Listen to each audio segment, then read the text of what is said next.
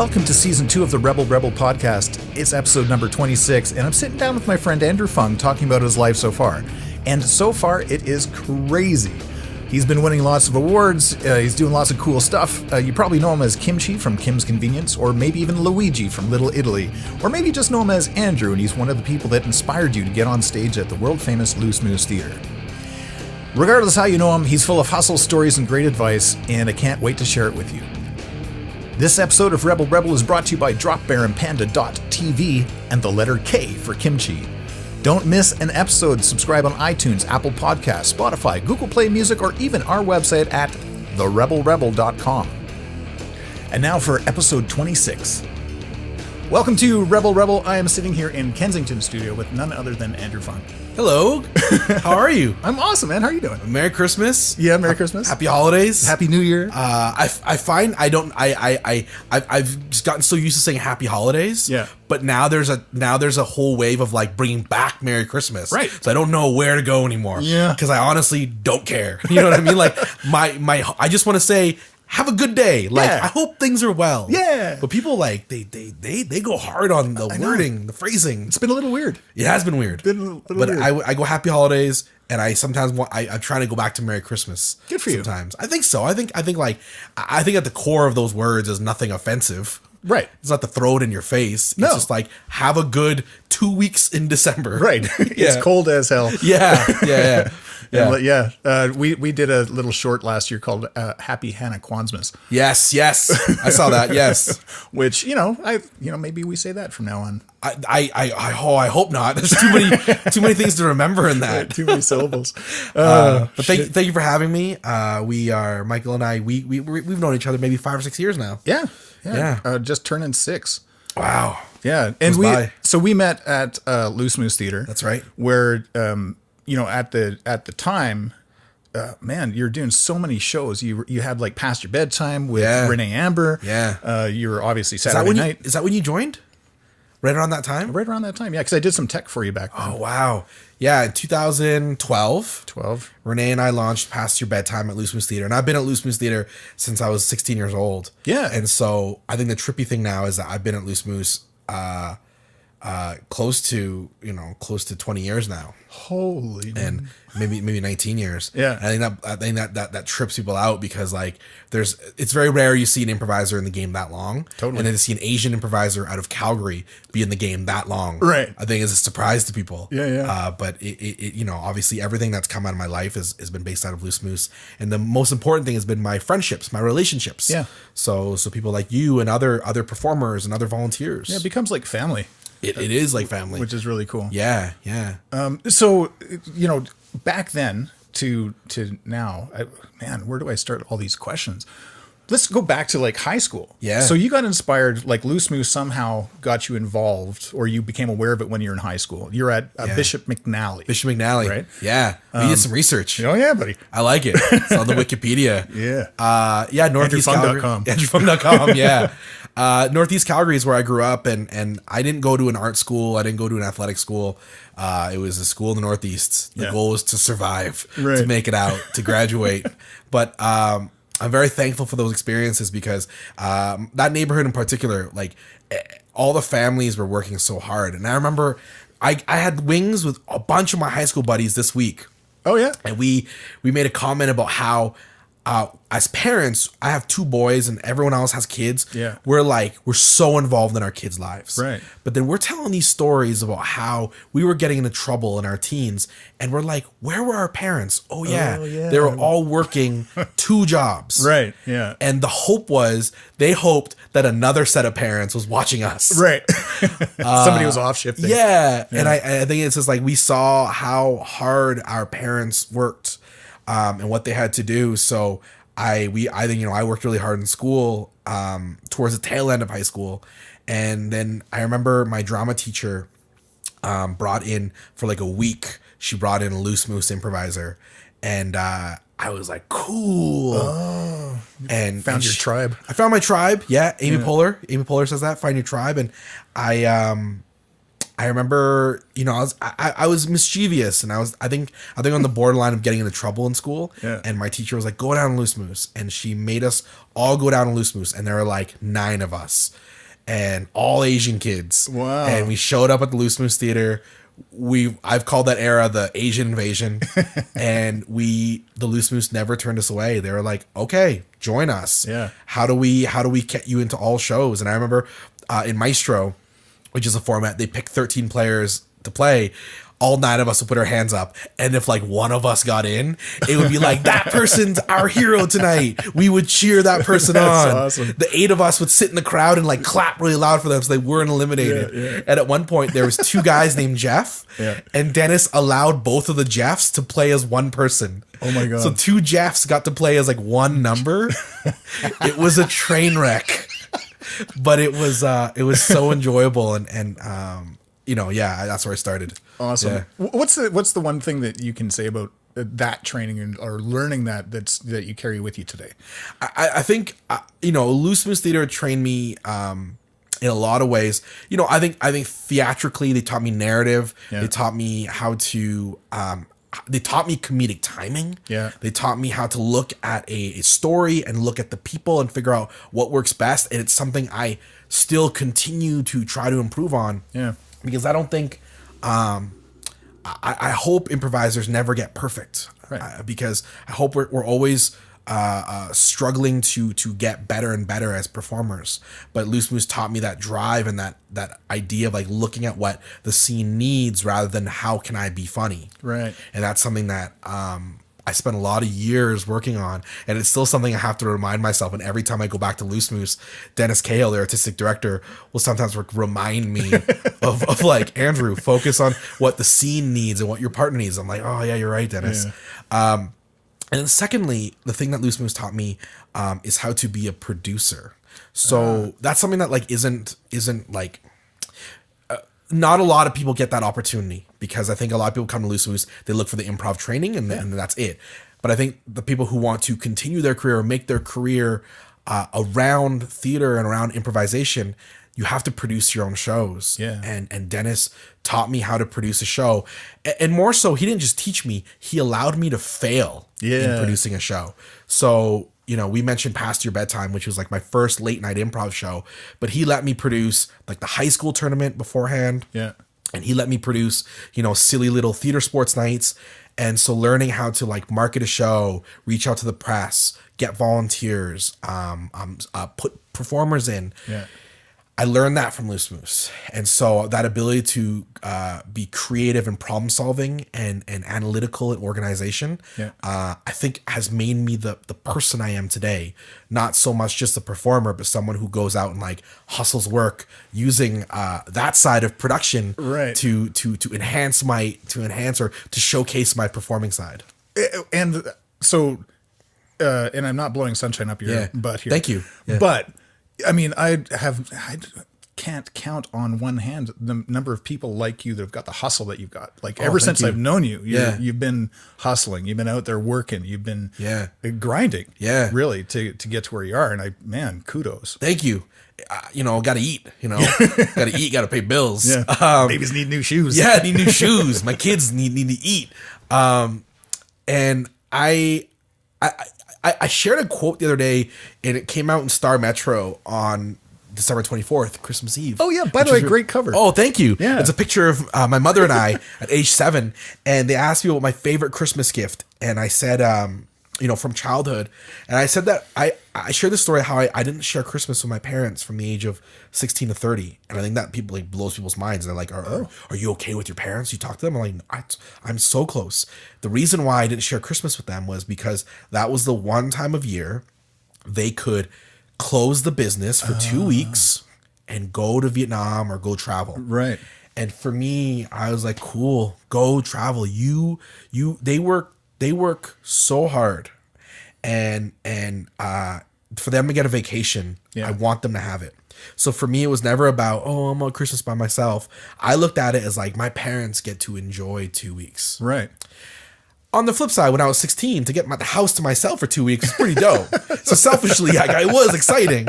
But I remember this story of I was in grade 7. I was 7 years old, and my mother was working 2 jobs.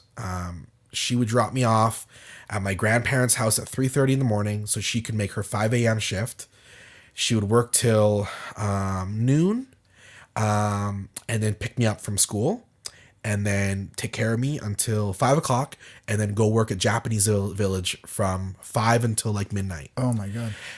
And then my dad would tag team. My dad would take over at 5 because he would work from 7 or 8 in the morning until 5 or 6 at night. My parents worked so hard, and one Christmas I looked all over for presents in the house, as a kid would do. Didn't find them. I get out on Christmas morning. It's the entire Teenage Mutant Ninja Turtles set with Casey Jones, April O'Neil, Bebop, Rocksteady. I was so excited. I said, "Mom, where did you hide it?" And she's like, "I hid it at work in the locker." Oh my God. And my parents working 2 jobs, trying to immigrants, couldn't speak the language, building their business. They hustled relentlessly to give me the life they could never have. Right. And so we talk about hustle and working hard. And for me, it's the arts. For some others, it's being a doctor, engineer, a writer, a real estate agent, a nurse, a doctor. For me, it's the arts. And I work relentlessly because I try to apply what my parents applied to their life in this country. So I try to apply that hustle to what I'm doing. I have been given an amazing opportunity because I can speak the language. I have been educated. I've gone to school. Yeah. I have their support. And so I feel like if I don't work hard, it is a slap in the face to them. Yeah. And all immigrant parents that work so hard for their kids. That's awesome. That's inspiring. I got chills. Oh, thanks. That's cool. As I get older, and the show Kim's Convenience, which I'm sure we'll talk to in a bit. Yeah. But Kim's Convenience has opened up such wonderful conversations between myself and children of immigrants and immigrants who share this story of, they had parents who owned a business. They're seeing themselves on television, seeing that they exist in culture. And so for me, I'm sharing it more and more because I think that it applies to more and more people now. But I thank you for saying those kind words. And as I go along in my career, I find more people that have hustled to where they are. It's just different careers. Yeah. Yeah.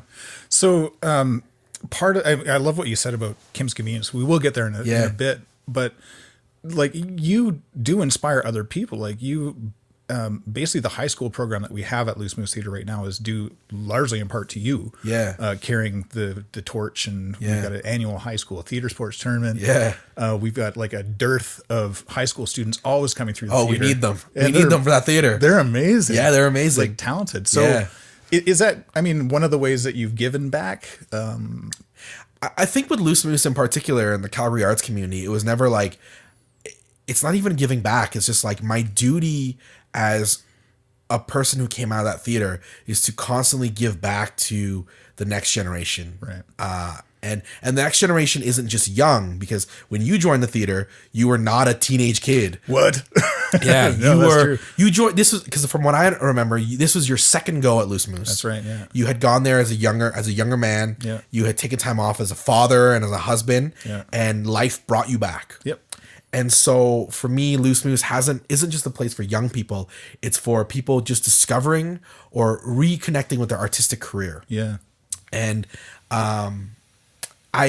it's never about giving back. It's like my duty is to give, to support. And so like our work on stage of sharing the stage with our partner, I saw that the high school program had kind of fallen into shambles. When I joined, it was like big. There were so many teams. Yeah. And with us moving so many locations over a 5-year span, we had lost a lot of the connections to schools. Yeah. So I built it back up, going back into high schools, building up the tournament. And I'm so proud that this year, in the last 2 years, we've expanded to like 4 nights. Oh, it's ridiculous. It used to be 2 nights. So fun. I think we went to 5 nights this year. And then we have waitlist schools. Yeah. We have teams of all people. And it's not just I remember early on, it was just teams of dudes. Yeah. And now it's like you get mixed teams, which I love. You get all female teams as well. Yeah. We're trying to get more diverse kids on teams. Yeah. But what I love the most is that it's just become the thing. Yeah. And the coolest thing is that now, as I have moved on into my career, the tournament is now being run by 2 students who were a part of the tournament when they were in high school. Yeah. They're now my peers. They're in their 20s now. Yeah. And they've taken it over, and I love that. So it's never about giving back. It's just about the nature of the theater. Yeah. Should always be about supporting those around you, whether they're new or old. Yeah. And I think that that's why Loose Moose has excelled so much. And that is why, at the core, I get asked a lot, you're an Asian comedian, Asian actor that came out of Alberta, which is rare. Yeah. Without question. Yeah. And the reason is because of Loose Moose. They never turned me away. They didn't charge me for a lesson. Yeah. They didn't put a barrier in front of me. And I think we have to remember that when we're trying to have more representation on our stages. Yeah. That there are some things we have to look at systematically, that we have to figure out why are these people not showing up? Because if we put a barrier in their way, they probably won't come anymore. Right. So I encourage other theater companies and other groups, like, find ways to reduce the barriers of participation. And that's in anything. Yeah. That's not just in theater. That's in like any sport, like hockey. Yeah. Hockey will typically remain white dudes for a long time, until there's better ways of engaging communities that don't place hockey of such importance. Right. Right. Yeah. So yeah, all barriers, we should reduce those. So, leave it at this. You were artist in residence at Central Memorial for a long time. I was. And can you talk a little bit about that? So, in 2012, I quit my job to pursue a career in the arts. And maybe like a year earlier, I had started teaching at Central Memorial, like on the side of my full-time job, which was very chaotic. Maybe even a couple years before that. 2012. Maybe I was at Central for like 7 or 8 years. And they had asked me if I was interested in teaching their performing arts program just for improvisation. Yeah. So every grade would get me for 10 classes, which was so cool. Yeah. And I was like, yeah. And they're going to pay me like good money as an artist. Yeah. I was super into that. So I said yes. Having that contract made me feel like I could do this as a living. So I was teaching at Central. I was booking a few more gigs emceeing. I booked like maybe a commercial. I did like a play, and I was like, I could do this full time. So I quit my job, and I just went after it. And Central was like the school I held, was the first school and was the last school I let go. So I just recently let Central Memorial go because I'm not in Calgary as much anymore. Even the last couple of years, I was splitting it with other students, other people, other instructors. But the students I taught at Central, it fuels me. And I do often say that a lot of my behavior in public life is motivated by the example I leave to those students. Oh. And I know that sounds like really cheesy, but I genuinely do feel that way because like I feel that like those students are watching me today, right? And I want to be like a role model to them. Yeah, cool. And I want them to look at like me as like not the role model that not in regards to success, but more in regards to someone who like didn't give up on their dreams. Right on. So sometimes I see students who are like 24, 25 who I taught when they were like 17, 18 and they've given up on their dream. Yeah. And they're like, oh, I wasn't going to make it. And I say, you know what? You're so talented. It's not about making it. It's like, do it because you love it. Yeah. And whatever happens, happens. Because I broke at 30. Yeah. You know, I started breaking at 30. 26, I was getting some success. Yeah. But 30 is when I broke. And so I always tell people, I'm like, you got to remember that. Like, you never know when you're going to break. And you see performers in their 40s and 50s who are breaking. Yeah. You know, there's a friend of mine, Marilla Wex. She's on the Beaverton and she's a wonderful voice artist. I think she constantly talks about how she's like in her 40s before she had any success. Yeah. And she's so talented. Wow. And so we have to remember that like our path is not defined by others. Like we just have to find happiness. Yeah. So Central Memorial has such a special place in my heart. I love teaching there. I loved how they empowered me as an artist. and it empowered me to believe that I can make this a living. So Central Memorial is kind of like where it started for me to be like, all right, I can do this. Yeah. You know? Oh, that's awesome. Yeah. That's inspiring. You, so, I mean, just to list off a couple things, top 40 under 40. Yeah. Congratulations. That was in 2007. Yeah. And that was for nonprofit work, not even like theater acting. Right. So, and I mentioned this to bring it over to, you had a bachelor's of economics. Yeah, I do. Right. I From do. the University of. Those don't expire. I do. Yeah. Right. Yeah, yeah, I do. Yeah. You got that. And you were doing nonprofit work.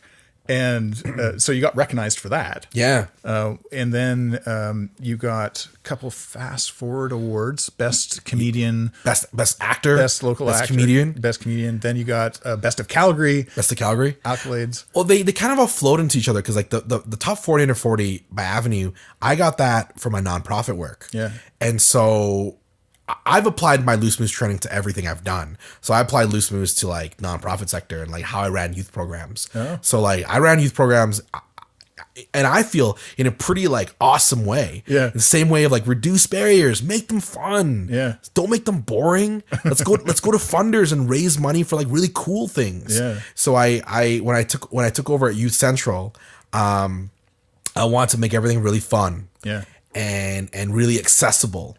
And I want to go into diverse communities, and I want to go into like outreach schools. Yeah. And so for us, like my big thing was like when I went into Youth Central, our reputation was really smart kids, really good kids in school. I'm like, all right, I don't want to exclude them, but how do we get kids who need us the most? Right. And what we offered was like volunteering in the community, giving back. So I'm like, let's go to like alternative schools. And I'm really proud now that in every alternative high school in Calgary, our club exists where that club meets to volunteer, to give back, to fundraise. Wow. And they fundraise for cool things. They do like because of their situation. They'll fundraise like instead of fundraising for like big organizations, they'll fundraise like a diaper drive for the moms at the school have access to diapers, nice. You know, and so like stuff like that. Yeah. I'm so proud that exists, and our volunteer program grew because I wanted to make it more accessible to young people. But that was not my nonprofit work. And I love it. That's a legacy. I hope so. Yeah. Thank you. And I've always joked that like if my acting goes sour, I'm like I always go back to the nonprofit because like I love that work. I love leaving work each day knowing I made the world like a little bit better. Yeah. And so from there, that was around 2007, 2008, and then I was getting work, and then in 2012 is when I won my first Best Actor. Runner-up comedian. Yeah. And the next year it was Best Actor, Best Comedian. Yeah. And then Fast Forward went away. Yeah.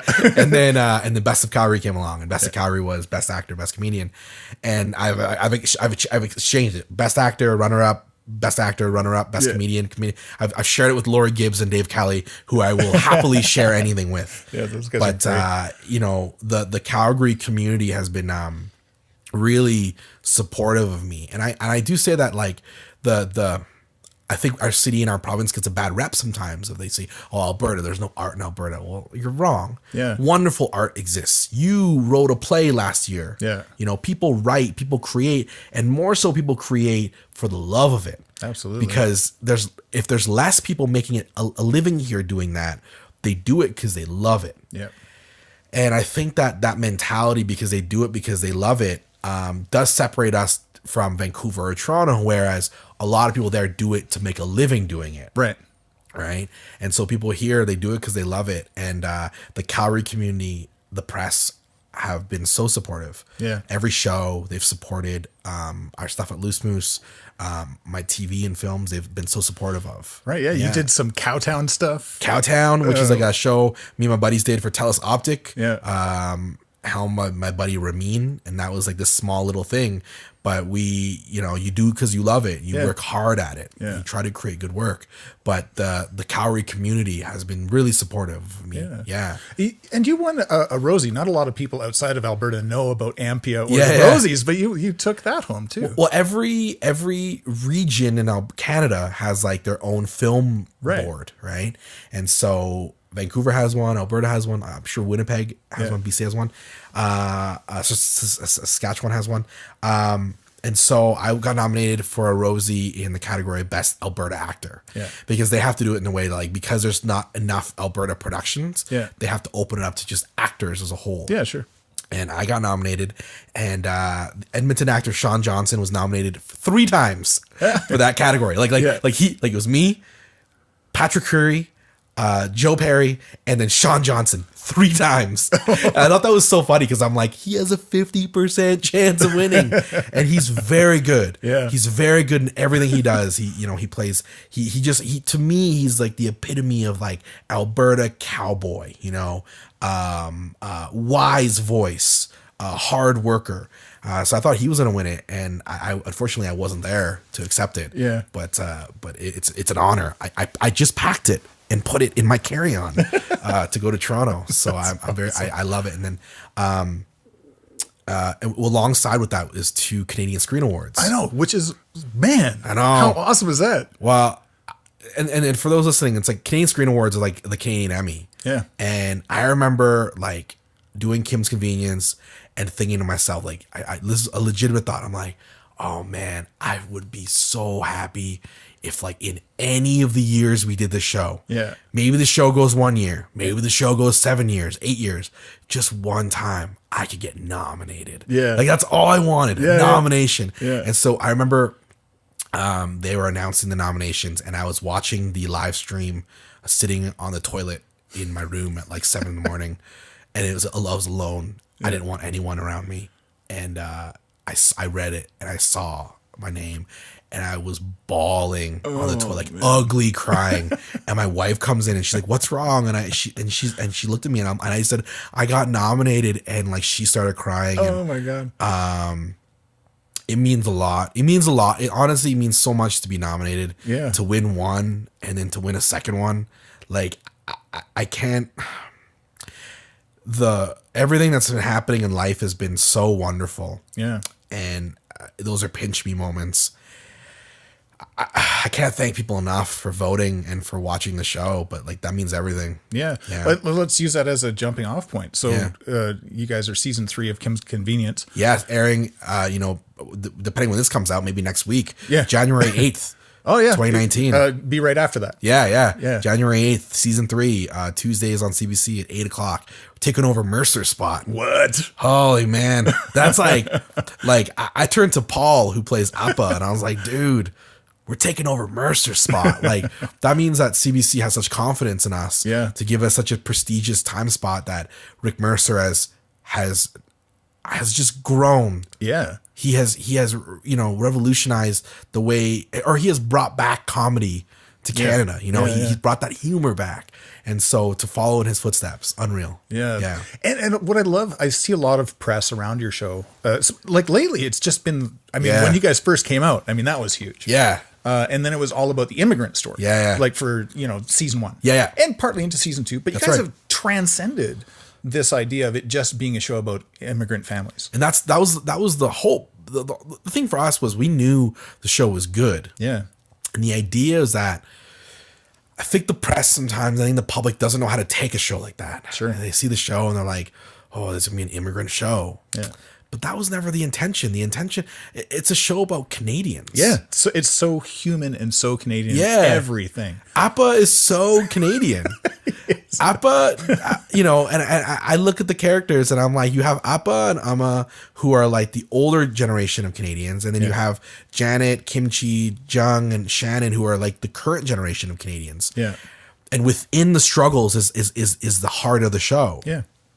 But that isn't just an Asian thing. Yeah. That's like an all family thing. Oh, for sure. All parents want their kids to do better in life. You know what I mean? Like they want them to do well. So they have high expectations on them. And it's always a struggle with parents sometimes. And so I found that once the audiences could get over and see it and see that the show wasn't this idea of just like an immigrant show. Yeah. It was just a family show, and it was just a funny show.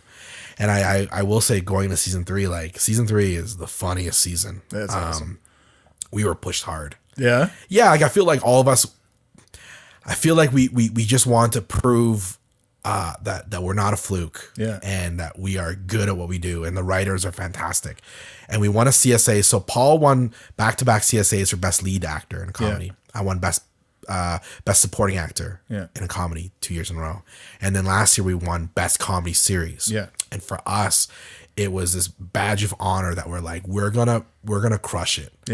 And so we work really hard on season 3, and it's so funny. I turned to cast members when we're reading script and like, it's so funny.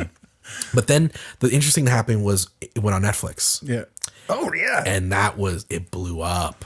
Well, and how cool. So when I turned on the TV, I hadn't heard that it hit Netflix, and I see your face on one of the covers. I'm just like, what? Yeah, that's cool. I screenshot the hell out of that. Oh man, I was so pumped. That was another crying. I've cried a lot over this show. I cried when John Doyle from the Globe and Mail wrote a nice review. I cried at Netflix. I cried at the CSAs. I cried at the premiere. I cried coming home on the first day of filming. I cried on the last day of filming. Like, I cry a lot over the show. That the Netflix effect was huge because the show was already doing so well on broadcast and on the CBC app, but Netflix took it to a whole nother level. And so what I love is that young people watch the show. Right. So like, I'll be out anywhere, Calgary or Toronto, and you get these groups of like teenagers like eyeing me down. Like, is that Kim? And then one will come up, be like, oh, excuse me, like, are you on Kim's Convenience? And I'll be like, yeah, nice to meet you. And he's like, cool. And he walks back to his friend. He's like, I told you. And they all wave. And it was the Netflix effect that really blew it up. And, so now it's like it's a show that's been watched so much amongst Canadians, and I love that with us and Schitt's Creek and Working Moms, and it's a time where Canadians are proud that their content is Canadian. You know, well, it has been a long haul to get there because we've had bad content for a lot of years. And to be fair, America also has a lot of bad content. Oh yeah, they just put out more of it. They just put more of it so they get more hits. But I look back and I say like Corner Gas is an example of like a hit in Canada. And we've gotten a lot of Corner Gas comparisons, and like, what an honor. That's an honor. And so I think right now Canadian content is doing well because Canadian content is just being Canadians. Right. You know? And no apologies. And I was go back to the first episodes that I saw. And it was immediately obvious to me that the writers are on point. Like those guys, and I don't know who they are. I did research their names. Ince Choi, Kevin White, and Anita Capita. There's a bunch of other Gary Campbell, who was a kid who wrote for the Kids in the Hall, Loose Moose alumni. That was one where he came up to me on the last day of filming. I went up to him on the last day of filming. I'm like, hey Gary, like, I don't know if you know, but I'm from Loose Moose Theater. And he's like, what? How come you've never brought this up? And I looked at him and I'm like, because I'm scared shitless of the writers. I'm scared of everybody. I don't know what I'm doing here. We hadn't aired an episode yet. So season 1, I'm like, I don't know why I'm here. I thought everyone was going to fire me. And so I brought it up, and there was a nice bond there because we shared all these stories of Loose Moosers. That's but everyone's been so fantastic, and the show's grown so much that it's been great. It has a unique look, and I don't want to dwell too much on it because as Canadians we all know about Kim's and stuff, but the guys that shoot it and edit it, man, like I've got a whole another level of love for that side of the production as well. There's like there's like a really interesting thing because that store, the DP Fraser, he built all the lights custom for the set, and that's why you get the color that you do. So the lights that are in the store that look like regular lights are dimmable, they're tintable, they do all these things to them. So he built the custom light rig to have the store look the way it does. And then the set designers, like, they've put so much work into how the set looks, what is on the shelves, what is there, and so the show has been methodically put together. You can tell there's a lot of care from Ince Choi, who's the playwright, the first and one up until at one point the only actor to play Jung, and then Paul and Jean from the original play, Yeah. and then Yvonne Fetsen, who is the producer, former head of CTV, like Canadian TV royalty. Yeah. They've put a lot of care into how this show is made and put together, Yeah. and the stories that it tells. That you know, you commenting on the first episode, you know, being called gay discount, Yeah. and having Appa give a gay discount. Like, I was worried in 2016 climate. Yeah. You know, like Totally. you know, you want to be very respectful on the jokes you make. Totally. That episode was so well received Yeah. from all communities. Yeah. Because of discussions. Yeah. Because we should have discussions in our television. Absolutely. You know, it's not just a joke to make fun of someone or to make fun of a group of people. Right. You're allowed to have discussions about things. And I think it brings up an interesting point of, like, there's a generation of immigrants trying to understand the changing culture. Right. LGBTQ, people who are transgender. Yeah. That's new to them. Sure. Right. Or they grew up at a time where it wasn't talked about. Yeah. So I think that it's pretty cool that, like, you get the discussion on television now. Yeah. Yeah. It's so cool. You just did a feature, Yeah. which with like some big names. Yeah. I did a movie called Little Italy, which you could watch on WestJet and Air Canada right now, or on demand. Yeah. Maybe Netflix in the new year. Yeah. They had reached out. So after I won my first CSA, like 2 days later, my agent's like, "Hey, you got a movie offer." And I was like, "What is going on? Is that what happens? I don't gotta go audition for things like again?" She's like, "Well, no, Andrew, you still got to audition." I'm like, "Oh, cool, okay." And she's like, "But they really want you." And I was like, "Cool, what is it?" And they sent the script over to me. And so for years at Loose Moose Theater, I'm not great at accents. You are renowned for being terrible at accents. Terrible at accents. Yeah. And I don't do them often, but when I do them, they're bad. And I apologize for them just because I don't have the ear for them. Yeah. But if I was forced to do an Italian accent, it was bad. It was very, like, come off like really, like, you know, like a bad Pacino, bad walk-in / Jamaican. Yeah, / those accents, they flow into each other, I feel like. But then this was like a role of, like, they wanted me to play an Italian guy. Yeah, named Luigi. And I was like, and I think right now we have to be very cautious of, like, you know, playing other ethnicities. We want to be respectful. But I was like, wait, am I playing an Italian guy or am I playing an Asian guy who is trying to act like Italian? And they're Right. like, that's it. And I'm like, oh, okay, I'll do that. Trying to fit in. Yeah, trying to fit in. Yeah. And I got to play this character named Luigi, and it's a romantic comedy with Hayden Christensen and Emma Roberts, and I play Hayden's best friend. Yeah. So I play the romantic comedy best friend, which I love romantic comedies because Renee Amber and I, with our show Past Your Bedtime, would do an improvised romantic comedy. So we've seen over like 100 romantic comedies. Yeah. And just in my life alone, I've seen so many. Yeah. So to be in a romantic comedy was kind of cool. That's wicked. And I had a lot of fun doing it. Yeah. You had an underwear scene, which was I had a dope. nude underwear scene. Yeah. And so all my scenes were like with Emma and Hayden, and they were really nice. And Hayden and I got along really well. We both have young children, so we would talk about Paw Patrol a lot. Yeah. Alyssa Milano was in the movie, Danny Aiello, Andrea Martin. And I remember, this is the best. They had to always have security on set. And that's something I've never really had to deal with because like we shoot cameras on a studio or on location. Yeah. Security's not really a concern because the Canadian system isn't like that. Yeah. Like if they're shooting a show, it's like, oh, hey, they're shooting a show. Let's have a look and move on. But with such a big American stars, like sometimes the paparazzi come out or sometimes like autograph seekers come out. Right. I remember this one day, like Emma walks out through security. You know, she's signing all these autographs. Out comes Hayden. He's signing action figures and calendars. Andrea Martin signing books. Yeah. Danny Aiello signing stuff. Alyssa Milano comes out signing photos of her from Who's the Boss? Yeah. And then photos of her in FHM Maxim. And I'm like, that's really odd. Yeah. But she does it. And then I get there. And then everyone's like, hey, Andrew. I was like, hey, guys. And I just kept walking. Like, there's clearly nothing to sign for me. But I enjoyed working on something so large. Yeah. And seeing that. And it was very fun. And it was very different than the work we do on Kim's Convenience. Yeah. because I felt like the movie was such a much larger machine. Yeah. Whereas on Kim's, we feel like we're just a group of creators working together to build this scene and build this story. Oh, nice. Whereas on Little Italy, Donald Petrie, who's the director, who directed How to Lose a Guy in 10 Days, Miss Congeniality, yeah. he knew what he wanted. So that was really cool, just like listening to a director and getting his vision. Just trying that. Awesome. So it was very different, but it was very fun to do, and it's different. And it's cool to be part of a movie screening, and it's cool to do a press junket. It's cool to have.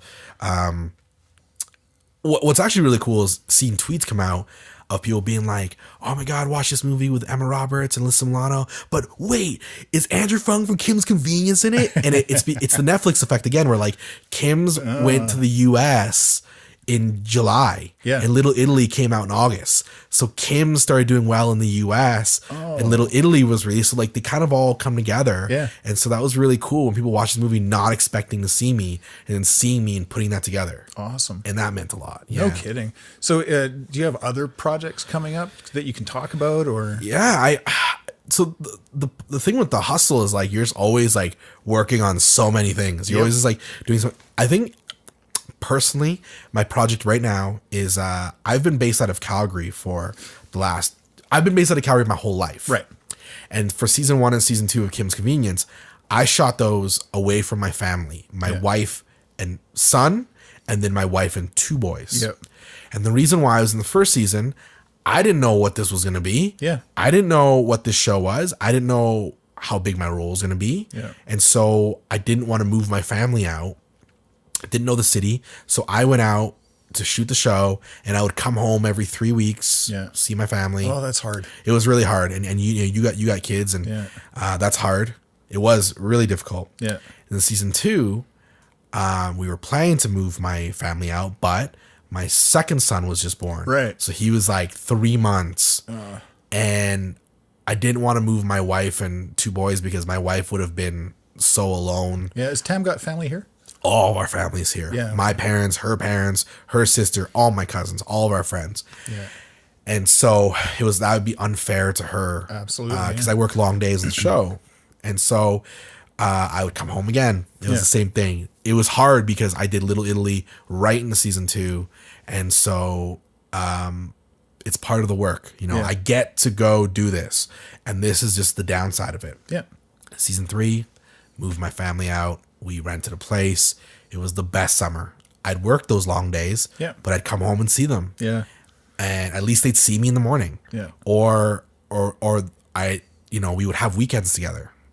We went swimming every day. We went to the beach. We rode scooters. Went to the park. Yeah. It was the best. It was really nice discovering Toronto with my family. So we have decided to relocate to Toronto full time because it makes so much sense. Yeah. So my project right now is just getting settled in. Yeah. Moving boxes, getting life set up. Yeah. And then hopefully Kim's season 4, which has been announced in greenlit, will start shooting in the spring, summer again. Awesome. And then there are a couple projects I am working on. I can't talk about them, but for me, I'm really trying to apply my energy that I applied in Calgary to Toronto. Wow. Well, and the truth is the moving to Toronto was like, I felt in Calgary like I had built my career where I can MC a lot of live projects, live shows. Right. You just did Alec Baldwin. I just did Alec Baldwin. That sounds wrong. I just interviewed Alec Baldwin. But like when big events come up, and they're like, well, who are our hosts that we can get? Well, you have Dave Kelly, Laura Gibbs, Andrew Phung, Mike Morrison. Yeah. That's really your range for your top tier. And so I MC a lot of events here, and that's been great. And all my clients were always like, hey, if you do move away, we'll fly you home and MC this event, which is great. But I felt like I really maxed out my career in Alberta. I wanted to see what Toronto was like. Yeah. And the bigger thing was my son's going to school this year, and I needed to make a decision of like Calgary or Toronto. Yeah. And hopefully the show Kim's will run on for a while, and I want to make a decision best for my family. Yeah. And in a lot of ways, like I want to see if I could do in Toronto what I've been able to do in Calgary. And that's just work hard, hustle hard, build relationships and build projects. And so first project is my family. And the second thing is just like trying to carve out a career in Toronto outside of Kim's. Yeah. So live hosting, which I am just chatting with event organizers right now, like hosting more events in Toronto. Nice. And then I have a couple projects I want to work on. And for me, a lot of it has to do with stories and telling stories of people. Yeah. And so fiction and nonfiction I'm working on as well. Nice. But it's been really fun. It's been really fun having access to do these things. Yeah. And I find that these opportunities are here, so I need to take them. Yeah. And it's a bit of two things. One, I sometimes feel like I'm an imposter, like I shouldn't be here. But then I always remember, I'm like, Andrew, you worked really hard to be here. Yeah. And when I get in front of an audience and when I do shows, I have to remind myself, Andrew, you deserve to be here. You belong here. Yeah. Don't take it for granted. Yeah. Don't be a jerk about it. Yeah. But you can be proud that you're here. And I think that takes a long time. And I think it's something that happens with a lot of performers. A lot of performers feel that way. It's that imposter syndrome. Yeah. Even entrepreneurs. Yeah. A lot, I've interviewed a ton. Yeah. And I am one. And you think to yourself, I'm doing this thing. How did I shouldn't, somebody's going to find me out. Yeah. Yeah. So it's a hurdle to get over. That was all season 1 for me. Yeah. And even part of season 2, I felt that way. And it's just in season 3, I felt like, okay, I could be here. I deserve to be here. Yeah. Just because you deserve to be here doesn't mean you can take it for granted. Right. And so, I'm very cautious and I'm very aware of this moment right here. Yeah. You appreciate this moment you have. But yeah, I just want to hustle in Toronto. Literally, I feel like I'm entering the 3rd phase of my career now. So phase 1 was the nonprofit sector. Yeah. Phase 2 was acting. And then phase 3 is this new city. Yeah. And the really interesting thing about Toronto was I've circled around Toronto 4 times, almost moving, and then not moving because something kept me in Calgary. Right. Now, everything was telling me to go to Toronto. Cool. And so I felt gotta take it. And the best part is I can always come home to Calgary. Yeah. Because Calgary's always home. Yeah. I have this I make this joke that in 10 years, Dennis is leaving the theater. We need an artistic director, and he puts up the bat signal, the moose signal, and 5 people show up and battle it out to be who's artistic director. And so, and then someone like Rebecca Northad or Derek Flores win, and then all of us are like, what do we do next? But yeah, I could always come home. But you never know where life takes you, and you just got to take those rides wherever they take you. Yeah, right on. Well, and I feel this is a great way to tie this up because I said at the beginning that part of the reason why I do this show is to help creatives, especially creative rebels. Yeah. And oh my God, you're one for the books. And entrepreneurs, what is it? And you've given advice all throughout this interview. Yeah. That I think any nugget of it, as soon as people apply it, it's going to work for them. But what would you say if you could sort of summarize your experience, where you were, where you are, where you're going? We've had the theme of hustle throughout the entire thing. Yeah. Can you put a finer point on that to help people through? Yeah, I could point out really tangible things, and they might not be as inspirational. Yeah. But things I don't know what Friday night is like outside of Loose Moose Theater. Right. I was at Loose Moose every Friday. Yeah. Almost every Saturday. Yeah. And so often I would see improvisers join the theater, and they'd be like, oh, I can't come out for a couple Fridays. Oh, why not? It's oh, my friend's having a party or this is happening. And in my mind, I'm like, I miss those parties. Yeah. I would show up to those parties late. Yeah. Or some people oh, I got to work, which I respect. Yeah. If you got to work Friday night, you got to work. You got to work for your money. I respect that. Yeah. But I do say can you book off Friday? And they're like, oh, I haven't done it yet. I'm like, well, you got to book off Friday. Yeah. I would work Saturday, Sunday, Monday to get Friday off. Absolutely. I'd work extra days to get Friday off. Yeah. I would do that in exchange. So for me, do whatever it takes to have the time necessary to do the thing you love. Yeah. And that does require sacrifices, like going to parties, and going to movies, go other times. The second thing for me was I created this Excel spreadsheet. So when I quit my job, the biggest fear is money. How are you gonna make enough money? So I opened this Excel spreadsheet where I had every month laid out. And at the very bottom of each month was how much I made at a job. Right. And then the total below it would be how much you made as an artist this month. And I said to myself, I have to be at the level of a job or above it. Right. If I'm not, then I need to reevaluate what I'm doing. Because if I'm not making as much as I made at a job, then am I doing well enough? Is this the right decision? Yeah. I'm proud to say after the first couple months, I never went under the job. I was always above the job. And for me, it was like things like, I'm $50 short. What can I do? What can I do? What can I MC? What can I teach? Right. Right. $50. Yeah. The next thing is like, reach out into the community. So, this is advice as an artist, but like, I think it applies for business owners as well. Like I would go to Chamber of Commerce events. Yeah. And I would like look at business events and I would just go to those things and be around and like try to meet people. Yeah. And I'd be like, hey, you need a host? I have business cards and I give them to people and they'd be like, oh, okay. And then they'd reach out and be like, can you host this event? When you pay you $200, I'm like, I'm in. Nice. So it's like reaching out to people. And then I think also like, I think on that side is be good to people, be good to others along the way. And it's that mentality of like, you talk about giving back at Loose Moose. It's not just giving back. It's just like, just take the time to answer questions, take the time to hang out with people, take the time to go out for coffee. And I wish I had more time to go out for coffee with people. I know we've been trying to go out do this for a couple months now. Yeah. But I do remember these things and I try to make time for people, be good to others. Advice as an actor, be prepared. Like I go to bed at like 8:00 the night before I shoot and I get made fun of sometimes. And I'm like, look, your one job of being on set is to know your lines, to come clean, and to be rested, to give your all. There are so many people behind the camera that have worked so hard. And if you come and you're not prepared, you are letting all of them down. Yeah. So I go to bed ridiculous. I take a melatonin. I'm in bed. Like I go to bed when my kids go to bed. Oh man.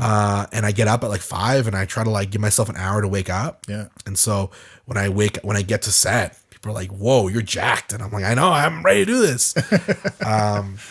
But I think it's like stuff like that. I think that's such a random hodgepodge of advice. But like, it's like being good to others, work tirelessly, nonstop. And I do say like, you should approach the arts the way people run small businesses. Yeah. Do you think the family that owns the restaurant says, well, we worked 10 hours today. That's enough. Yeah. No, they work 24 hours if they have to, small business owners. And you know what I'm talking about. You get a deadline. Oh, well, you got to pull another all-nighter. Yeah. That's just part of the job. Oh, you got to go to bed at 2 and wake up at 6. That's part of the job. Yeah. So approach the arts like you approach running a small business. Yeah. And that's the economics and business degree from the UC speaking, Yeah. But I'm really happy I did that degree. But then finally, I did touch on this earlier. It's like, do it because you love it. Yeah. I think if you complain about doing something, you should like really evaluate yourself. Right.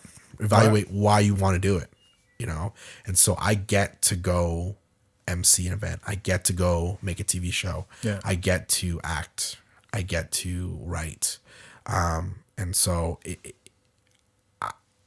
gotta love it. And if you love it, it doesn't matter if you're successful at it. It doesn't matter if you make a ton of money at it. It doesn't matter if you're on TV or famous. Yeah. At the core, you love it. But I do feel that if you love it, success in different ways, however it may come, will come. Yeah. Right. And so that's why you see like when a playwright, like who consistently writes great shows, because they love it. Yeah. Right. Or magicians, they love it. You could tell a magician that loves their job. Yeah. Yeah. Or musician who like, I love seeing people who make music. Yeah. And just love it. And they just disappear into it. Yeah. And to them, they will tour in an old busted down van. It doesn't matter. Yeah. Just to be on a stage. Yeah. They love it. And it's the same with small business owners. Like when you eat at a restaurant, because they love it. Yeah. And so I think I advocate for more people to do what they love. And find ways of getting into that. I know that there are barriers like financial and family barriers. But I don't think it has to be huge. Right. Like if you're if your family requires you to work a job that you don't love, I get it. That your family comes first. Yeah. But then there are times within that of like, what is there that thing you do on the side for an hour a month that is that thing you love? Yeah. And so I advocate, like, make time for yourself to do the things you love. And you've done it. You do 48-hour film festivals. Yeah. You do podcasts. Yeah. You did a Christmas video. You're always doing silly things. And I love that even when you have something for, didn't you have a Jaguar for like a shoot? Oh yeah. But it wasn't for creative work. It was like for like marketing. Yeah, it was for a client. Yeah. And you're like, well, to Jen, I'm like, we got 20 minutes. Let's make something silly. Oh yeah.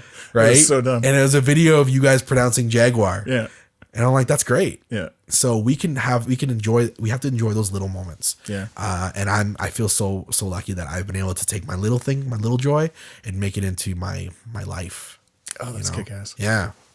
Yeah. Oh, Andrew, thanks so much for coming on the show. Thank you for having me, man. It was, and I got to give it back to you. Like, you work tirelessly in everything you do. Don't stop.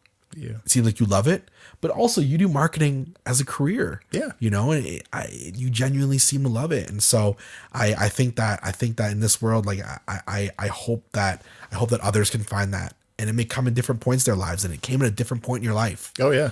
Like, I think if we go back to that time you joined Loose Moose, there are some things going on in your life personally that drove you back to Loose Moose. Oh yeah, without question. And that I feel like this is like the fifth phase of your life. Oh, probably. Yeah, I've been through a bunch. You've been through a bunch. Yeah, I've been through some stuff. I've seen you with hair at the Eddies. You've got 2 adult kids now. Yeah, that's right. And you're in a new relationship now. Yeah. And so there's these phases in our life. And so it's never too late to start again. And so I feel like I'm going into that right now. So this is perfect timing. But if you do take anything away from this podcast, it is January 8th at 8 p.m. on CBC. Please watch Kim's Convenience Season 3. You're going to love it.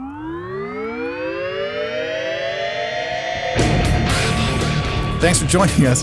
And next week, we've got Trevor Deck from Too Cool Motorcycle School is going to come up and talk to us about creating a life around driving motorcycles and teaching people how to do the same.